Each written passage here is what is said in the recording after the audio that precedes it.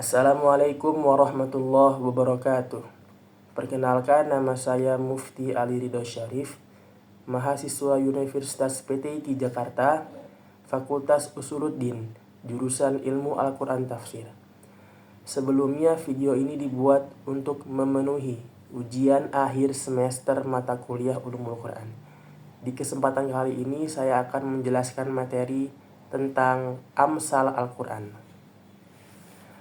Pengertian Amsal Al-Quran. Menurut Syekh Manna Al-Qattan, Amsal Al-Quran adalah perumpamaan yang digunakan dalam Al-Quran untuk menjelaskan konsep-konsep abstrak dengan cara menyerupakan sesuatu yang tidak tampak dengan sesuatu yang tampak. Perumpamaan ini bertujuan untuk menarik perhatian, memperjelas makna, dan memberikan pengaruh mendalam terhadap jiwa manusia.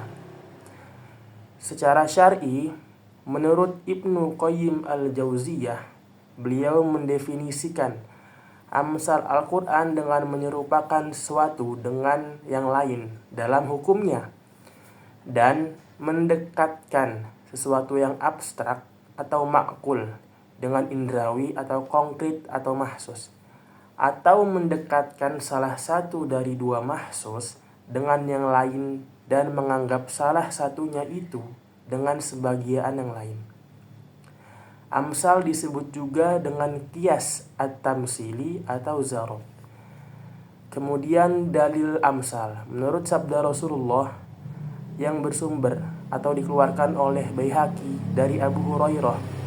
Ia berkata, Rasulullah Shallallahu Alaihi Wasallam bersabda, sesungguhnya Al-Quran turun atas 5 bentuk. Yang pertama halal, haram, muhkam, mutasyabih, dan amsal.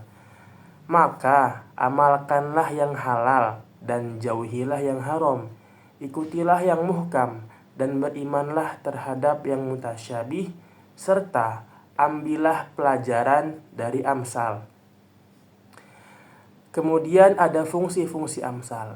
Fungsi amsal yang pertama sebagai alat pendidikan, yang kedua untuk penyampaian hikmah, dan yang terakhir untuk penguatan argumentasi.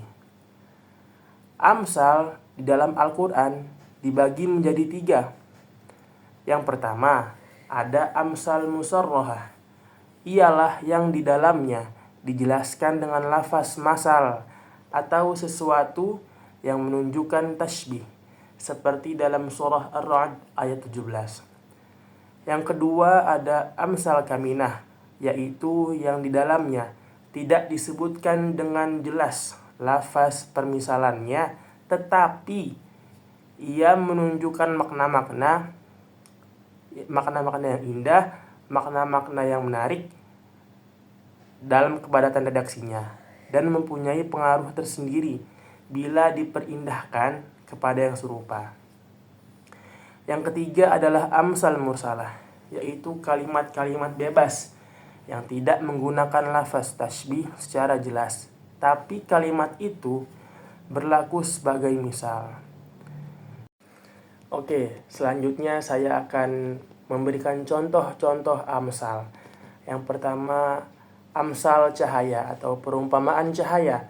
Dalam Quran surah An-Nur ayat 35, Allah berfirman, Allahu nurus samawati wal ard, kamathalu nurihi kamishkatin fiha misbah, al-misbahu fi zujajah. Yang kedua adalah perumpamaan angin. Allah Subhanahu wa taala berfirman dalam Quran surah Ar-Rum ayat 48, Allahul ladzi yursilur riyaha fatuthiru sahaban fayabsutuhu fis sama. Dan yang terakhir ada dalam Quran surah Al-Asr ayat 1 sampai 2 tentang perumpamaan waktu. Allah Subhanahu wa taala berfirman, wal 'asr innal insana lafi khusr. Kemudian ada tujuan-tujuan amsal. Yang pertama, mempermudah pemahaman. Yang kedua, untuk meningkatkan daya imajinasi. Yang ketiga, memberikan hikmah dan pelajaran. Yang keempat, memotivasi refleksi dan kontemplasi. Kemudian saya akan memberikan contoh penerapan amsal dalam kehidupan sehari-hari. Yang pertama ada dalam Quran surah Al-Baqarah ayat 26 untuk memahami pentingnya amal dan kebaikan.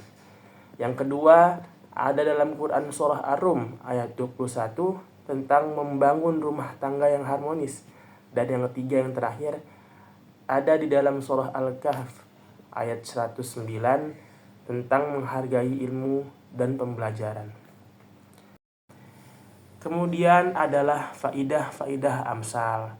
Jelas, faidah amsal yang pertama untuk memojokkan hal yang makul atau yang hanya bisa ditinjau dari segi akal dalam bentuk konkret yang dapat dirasakan oleh indera manusia, sehingga akal dengan mudah menerimanya. Sebab pengertian-pengertian abstrak tidak mungkin tertanam dalam benak kecuali dituangkan dalam bentuk indrawi yang dekat dengan pemahaman kita. Misalnya, Allah Subhanahu wa taala membuat perumpamaan bagi keadaan orang yang menafkahkan harta dengan riya misalnya, di mana ia tidak akan mendapatkan pahala sedikit pun dari perbuatannya itu.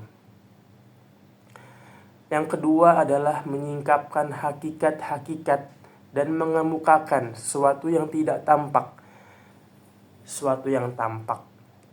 Yang ketiga yang terakhir, mengumpulkan makna yang menarik lagi indah dalam ungkapan yang padat seperti amsal kaminah dan amsal musalah dalam ayat-ayat tersebut. Pada akhirnya saya akan menyimpulkan dari yang tadi saya sudah jelaskan tentang amsal Al-Quran. Secara garis besar, amsal Al-Quran adalah perumpamaan yang digunakan dalam Al-Quran untuk menyampaikan pesan-pesan penting dengan cara yang lebih mudah dipahami dan lebih berkesan bagi manusia.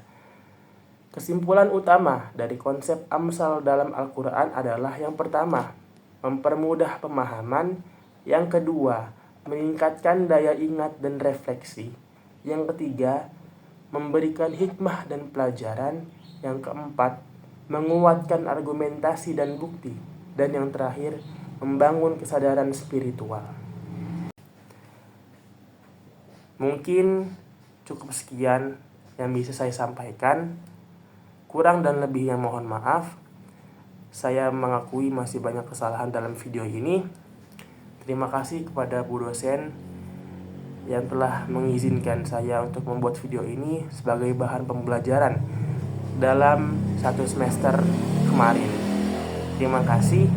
Sekian dari saya pamit. Assalamualaikum warahmatullahi wabarakatuh.